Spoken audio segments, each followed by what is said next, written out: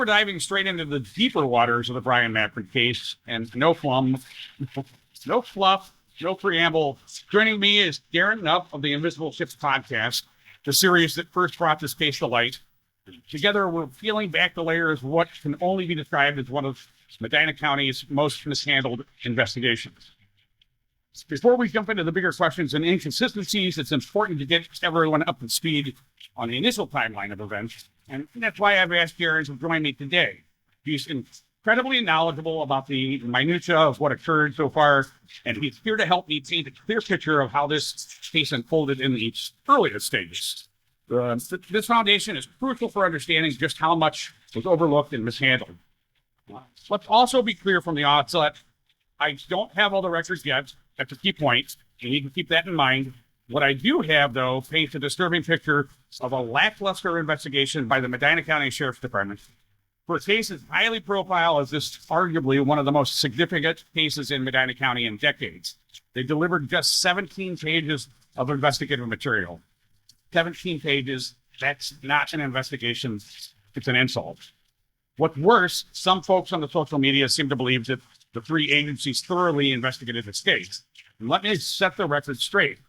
Not even one agency truly dug into it. The Sheriff's Department barely scratched the surface. ECI, they essentially just reviewed Medina County's incomplete work and left us with more questions than answers. As for the FBI, they handled a few pieces of evidence. They committed to Form 302s, which is what they call it, for documentation, but they didn't actually investigate on their end, on their own. And to my knowledge, no one even asked them to. Darren and I are going to outline the timelines step by step to show you just how much was missed, how many questions remain unanswered, and how this case has been neglected. Because while others have walked away, we're just getting started. So, Darren, I jokingly referred to this from the Blues Brothers. We're trying to get the band back. You came up essentially with the original podcast. You guys' production, in my opinion, was awesome. I was actually intimidated when I was originally getting contacted by folks about this case. I was actually intimidated after listening to your podcast. I'm like, hey, I don't think I'm going to give this thing any injustice because you guys did a pretty good job. So I just wanted to welcome you. Thanks, Darren, for coming on.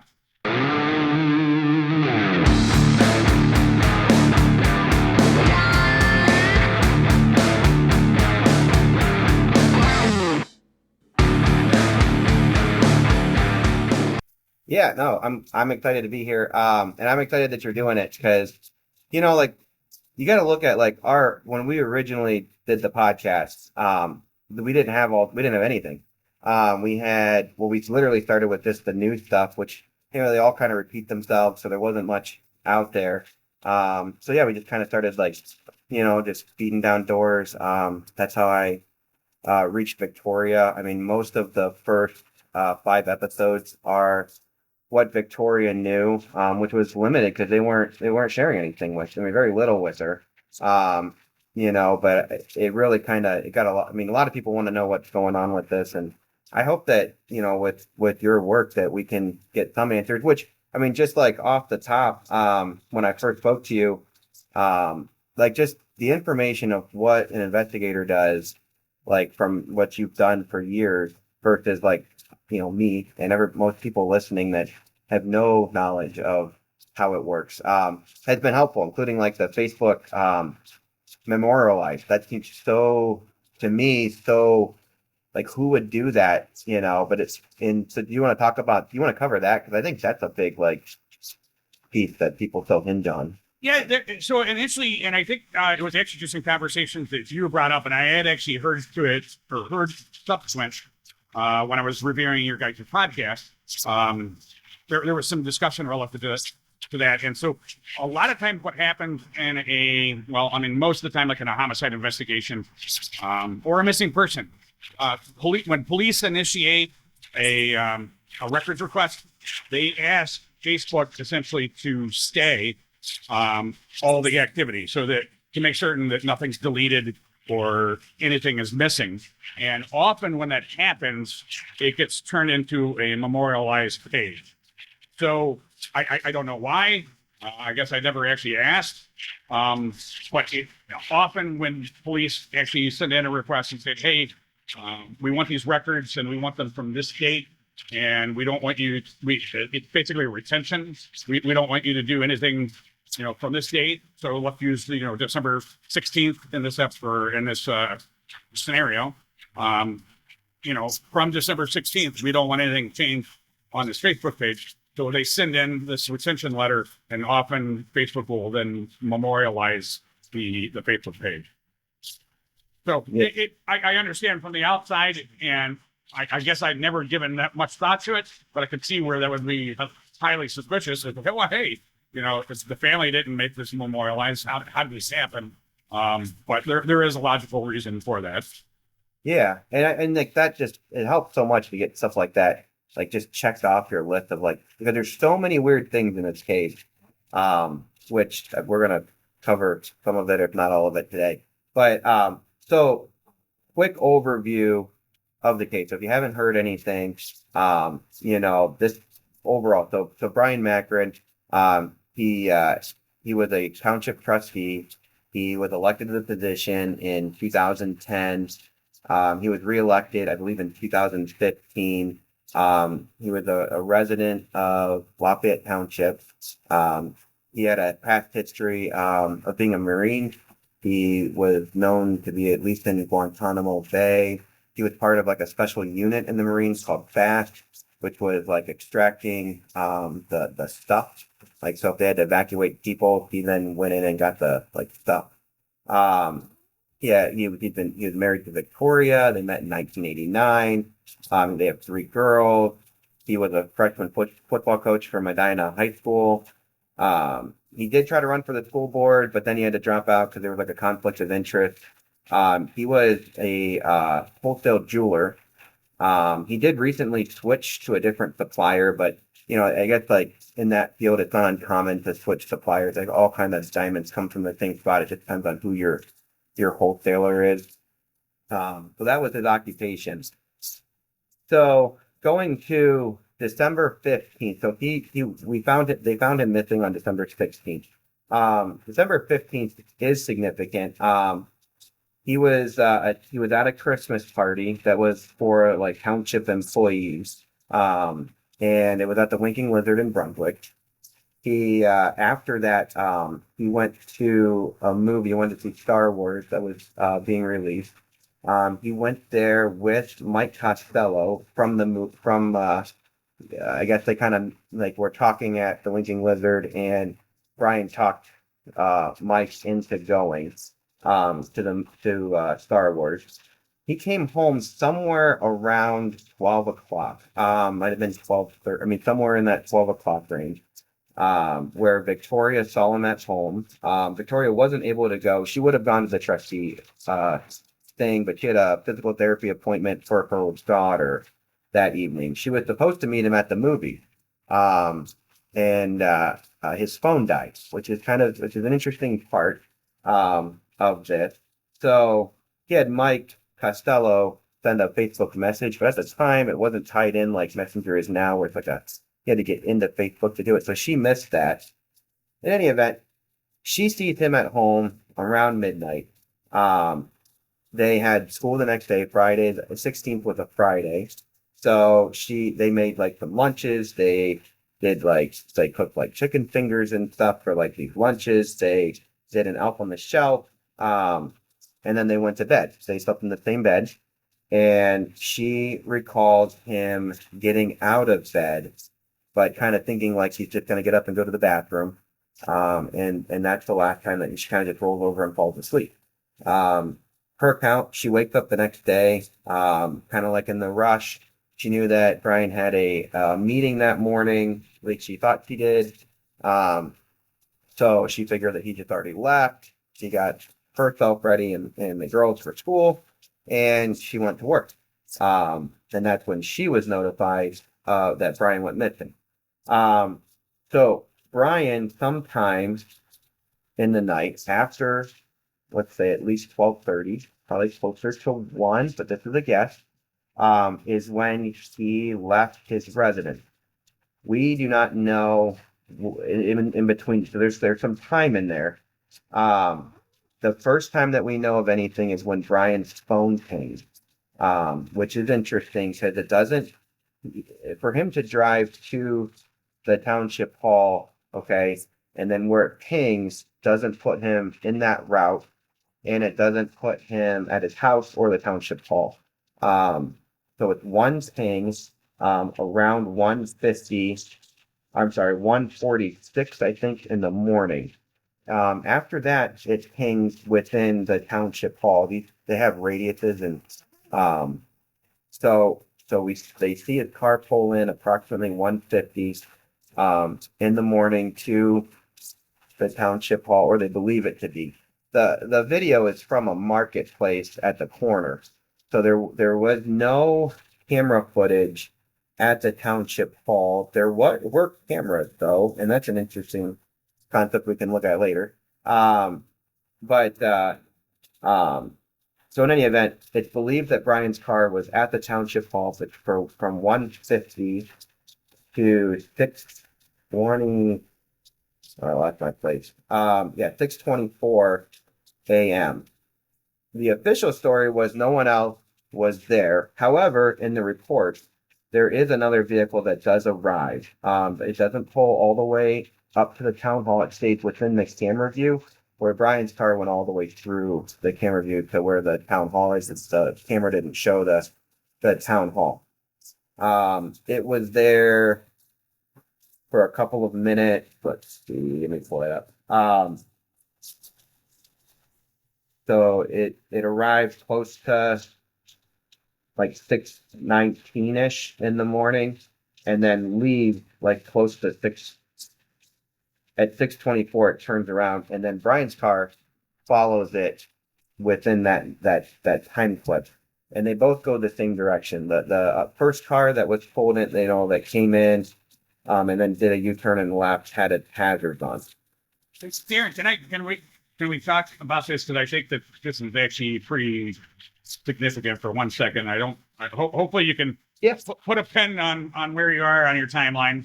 I was trying to bring it up, the actual town hall, but I'm not finding it, but I'll figure it out. But I think the investigators originally put a lot of emphasis, for whatever reason, on the fact that they didn't feel that the car wasn't there very long. They couldn't see anybody get out of the car, and some people have stated that there's a more enhanced video. I don't know if that's the case or not. I can tell you, on the video that I was able to observe, it was hard to see anything. So to make the determination that nobody got out, so number one, in my opinion, is flawed, because I don't see how you can see if anybody got out. But number two, is it really significant? Whether somebody got out or not is sort of irrelevant. If it ends up being a follow car, which it sounds like to me it might have been, if both cars are pulling out, going the same direction, it's more like a follow car, in my opinion. So do you have any idea why? Well, I'm not going to put you there. I don't want you to put you in the hot seat. To me, it makes no sense whatsoever why the investigators almost discounted this second car by saying, we didn't see anybody get out. We didn't see, they weren't there very long. Well, it doesn't matter. It's a second vehicle there. It's a second person there, and they appear to leave together. So I just think that that's significant. I just wanted to basically point that out. I'm sorry. Yeah, no, and I agree with you. I mean, Charlie Snyder, I believe, made the comment he looked into it. He called in to see if it was like a newspaper that would be dropped off, or trying to figure out why the car would be pulling in here. They looked back, and they couldn't find that there's any reason that this person. So he kind of just throws it out there probably just putting cream in their coffee. Did you hear that one on the interview? No. What was it? I think it's oh shoot. It's one of the interviews he has with Medina sheriff. It's one of the sheriff. I'll find it for you. But yeah, he just kind of said, well, because he acknowledges there's another car in that interview with him. And then he's like, well, he probably just pulled in to put coffee in the. Now, mind you, he pulled pretty far in, right? I mean, because you could do a Yui well before that, but let's just go all the way in there, because I want to make sure I get a good spot to put cream in my coffee, right? I mean, so that would mean that you would drive. So who does that? Do you ever pull over middle of your commute and say it's time to put cream in? No. And just backing up again, and I guess I didn't really actually go into it for anybody that might be new to the show. All right, I'm a very experienced homicide detective. I've been on literally over hundreds of homicides in Northeast Ohio. I was over 40 myself primary, and I couldn't tell you the exact number. I honestly did stop counting at some point. And I can tell you, these speculations that they put in their reports, just like you just said, well, somebody might have been putting coffee or cream in their coffee. It's speculative. Why would you even state that? You in your reports as police officers, you are supposed to be based off of that whole stick. I can't remember what that show was. Just the facts, man. All right, that's what you're supposed to be doing. You're articulating what the facts are. Now, can you speculate in a report? Absolutely. After you've given the facts, you can again say, hey, well, this is pure speculation. This might have happened. This might have happened. This might have happened. But some of these interviews that I listened to and some of the reports are just like, I'm really honestly wondering if and I think I've had this conversation with you.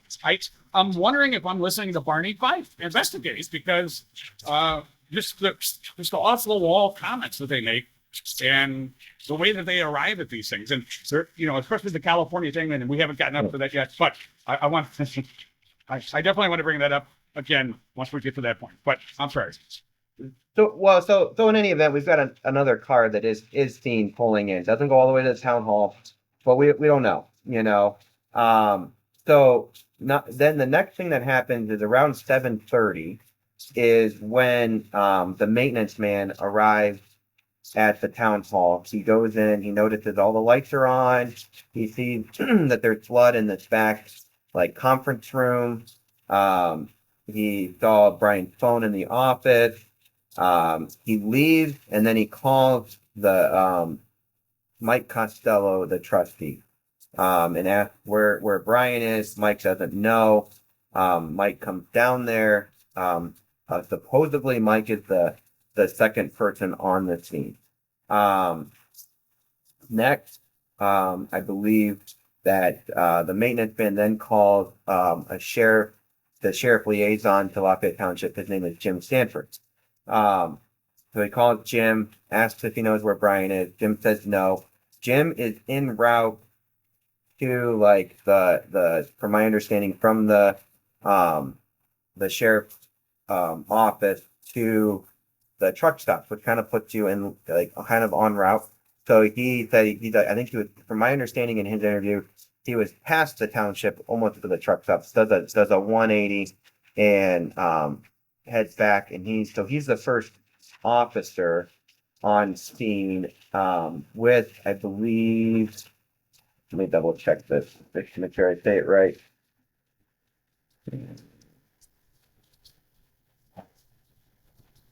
And folks, I'm just this is the administration building from that Darren's talking about, just so everybody's up to speed on the picture on the screen. So Jim Sanford and Clonus, Travis, I think is his first name, were the first Medina Sheriff's Department on scene. And then at that point, it was, a whole heyday. Jim said he went in to see it as well, the scene. And, they said he was missing under suspicious circumstances. They didn't mention anything about, blood in the office or anything. That's all that came out that day. Then, but obviously there was blood in the office. There was some footprints in there. They did find a bloody towel in the dumpster. They found, I don't even know how many knives. That was a crazy thing in our podcast, was just, it seemed like there was knives. But I don't believe any of them were ever collected and saved. The bloody towel, which is that you've got there. So they never found whose DNA. It was not Bryan's blood on that towel. It is a little bit that it's in that dumpster, which he showed earlier, a little bit farther away. They assumed that it was from the fire department. They interviewed, the fire EMS. They looked at the records because they know when the dumpster was dumped.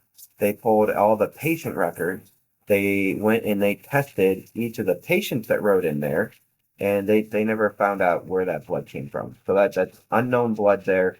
All blood evidence tested in the township hall came back to match Bryon's.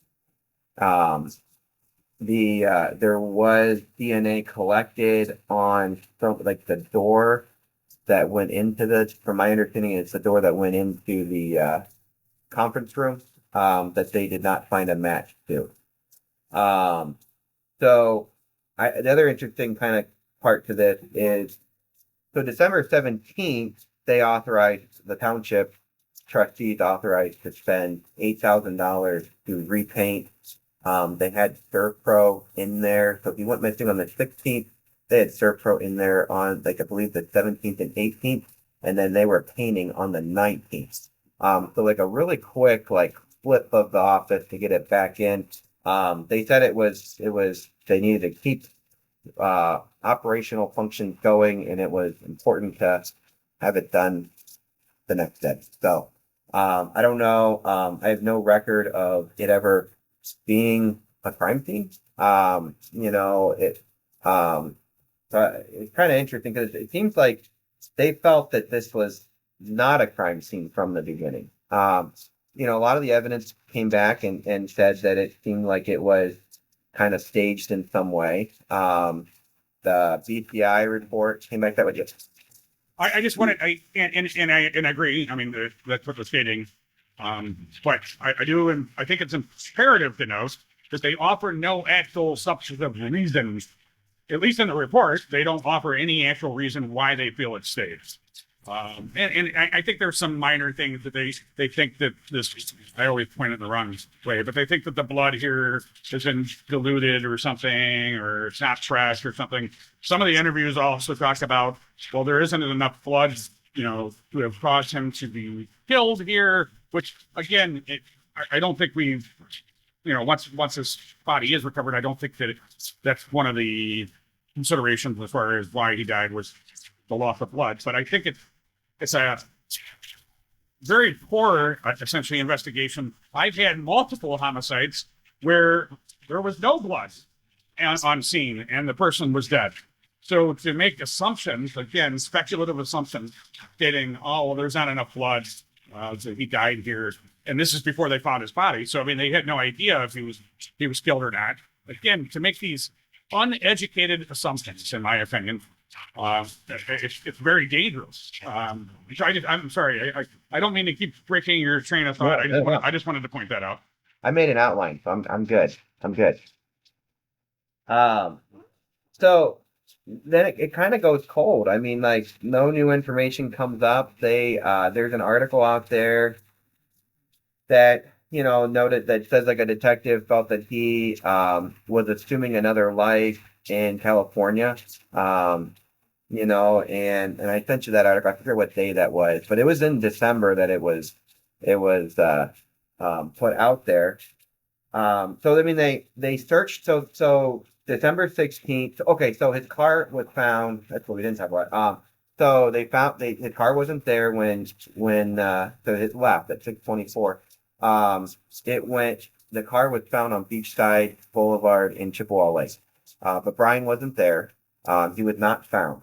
So he wouldn't be found until February 21st, when a kayaker is in the kayaking in the lake and found Bryon. So so not to go into too much. So to finish the story, so Bryon removed from Chippewa Lake February 21st. Fort Thompson releases information on February 22nd that all sources of blood found in the office were related to Bryon. They gave the autopsy report in June, saying that basically they said Bryon acted alone. And then, so that's when we started the podcast, was then like three or 3.5 years later. And while we were doing it, they closed the case. Fort Thompson closed the case. And that's kind of where, and so then some stuff has surfaced as far as questioning whether Bryon was tied down. That's an interesting thing. I'm hoping we get some more clarity on that. Supposedly, one of the divers said that they had to release him, and they couldn't hold on to it, and they had to let it go. And then I don't know if the other one has said anything or not. So that came out I don't know, 6 months ago, maybe longer, closer to a year, somewhere in there. So, but then we haven't heard anything since. Bryan's autopsy was determined. It was undetermined. He had no water in his lungs. He was overall well preserved, from my understanding. Like he was frozen, I think. They don't know exactly when he died, whether he died shortly after on the 16th or whether he was alive for I don't know how long. And that's where we are. So they think he acted alone. They're not calling it a suicide. Undetermined. So I also want to point out, and if you want a more detailed description, that's actually my first video, the video that I released on the autopsy analysis. And I just wanted to point out what Darren was talking about. For whatever reason, a lot of the newspapers, everything has referenced, and I think I'm actually pronouncing her name incorrectly after I listened to her BCI interview, but apparently Crystal Snyder was having difficulty pronouncing her name also. But the Medina County coroner, Dr. Lisa Darren, I think is her name. A lot of people are using her reference, and I point out though that there are stark contradictions. Cuyahoga County medical examiner actually performed the autopsies. Dr. Darren did not, and as far as I know, she wasn't even present for the autopsy. So she's making all these speculative determinations based off of things that the Cuyahoga County medical examiner's office did, and some of them are very alarming. Like I said, the deepness of the wound. See, Dr. Darren refers to as everything is superficial, where Cuyahoga County states that at least the neck wound went all the way to the skeletal lesion. So I just wanted to point that out. I'm sorry. Yeah, and I mean, also, I think it's to note that she was elected in 2016. So, February 1st, 2017 was the first that she assumed office as the coroner. So, I don't know. I know she's, I think, an emergency room physician. And so I don't know, what her experience was going into this to begin with. And the interesting thing that I just found out, and I probably shouldn't talk about it until I definitively know for sure. Maybe is from my understanding, looking up what the qualifications are to be a coroner. It's an elected position, and from my understanding, there really is no requirements on I don't training. think so. Yeah, I mean, I think they want you to be an MD, but I don't know if you even have to. That's pretty scary. And somebody had commented, and I don't know for certain. I put that out. I don't know what her qualifications are yet. I'm waiting for the record. But I'm told that she was, and maybe you just said it, that she's just like a EMT or something, or a tech. No, she's an MD. She's got her. Oh, she is? Okay. Yeah, and she's an emergency room physician. What was she at that time? Did she have her MD? I believe so. Okay. Yeah, I believe she was an MD. For and I mean, I think Medina. I think she's like a local emergency room physician. Okay. So I mean, she's not unqualified, but obviously, it is different treating and looking at reports of deceased people versus saving their lives in the emergency room, right? I was completely alarmed that she was basically contradicting and again, I don't want to belabor it because I have a whole video to that, but I mean, she's basically contradicting what the medical examiner from Cuyahoga County put out. And again, like I said, I don't even think she was present. It would be one thing if she was even present for the autopsy. I don't even think she was present for the autopsy. So I don't know where she came up with her hypothesis. But I'm sorry. Go ahead. Yeah. No, I'm with you. So that's kind of like the overall timeline. Now, the big thing, the big theory, or interesting conversation is the angry resident. Hey, Tentacle Nation. I have a couple of quick updates that I wanted to drop into this video for you. I recently reached out to Medina County Sheriff Grice via email, and he responded stating that he would be willing to meet with me. I followed up letting him know that I'll make arrangements for that meeting once his office provides the public records request I submitted. That way, I can speak a little more intelligently on the issues at hand.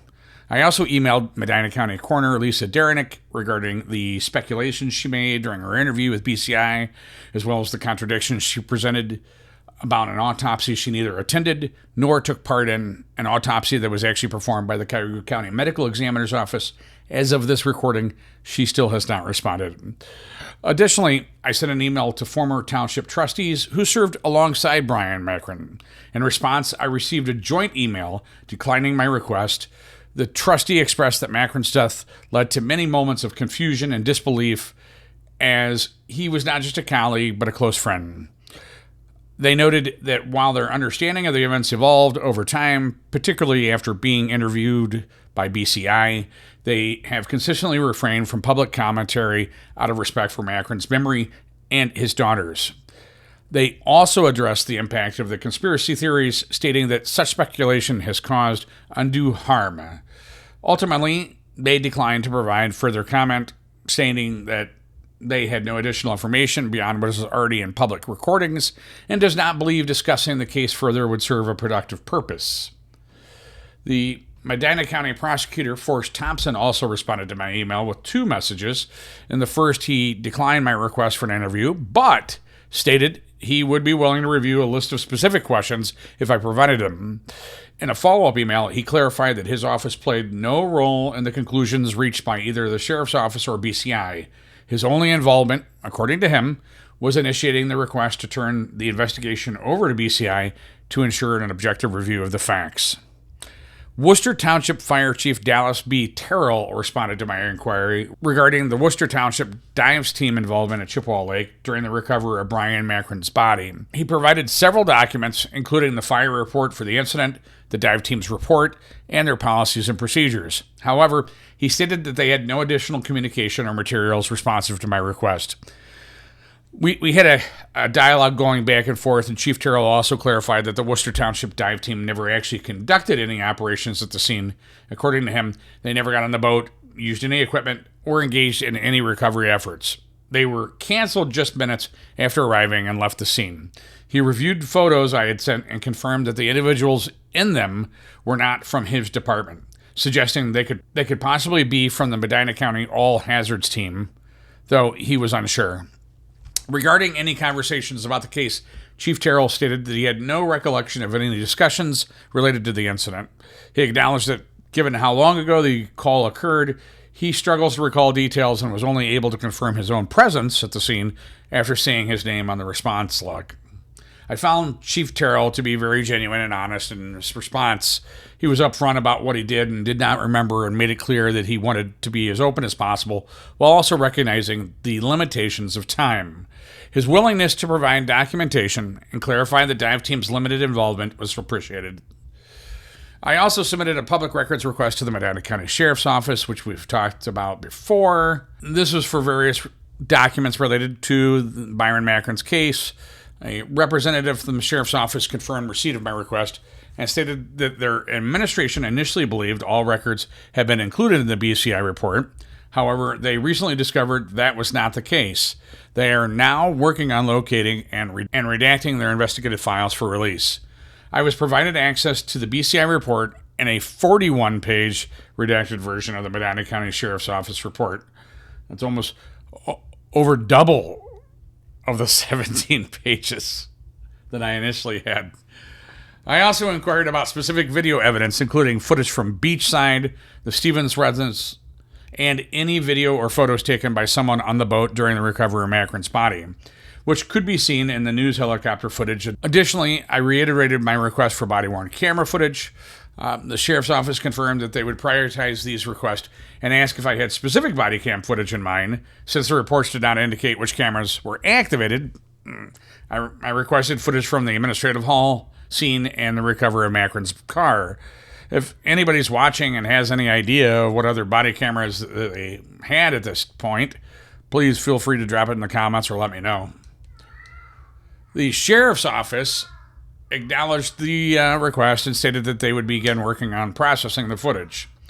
I have also reached out to Connie Willis, the jogger from Beachside, through Facebook messages and emails, as well as to the clerk from the old Stop and Go, but I've not received any responses yet. If anyone knows them or anyone else who may have relevant information, or maybe information you don't think is relevant, but could be relevant, any information whatsoever about this case, please have them contact me. More updates coming up. Stay tuned.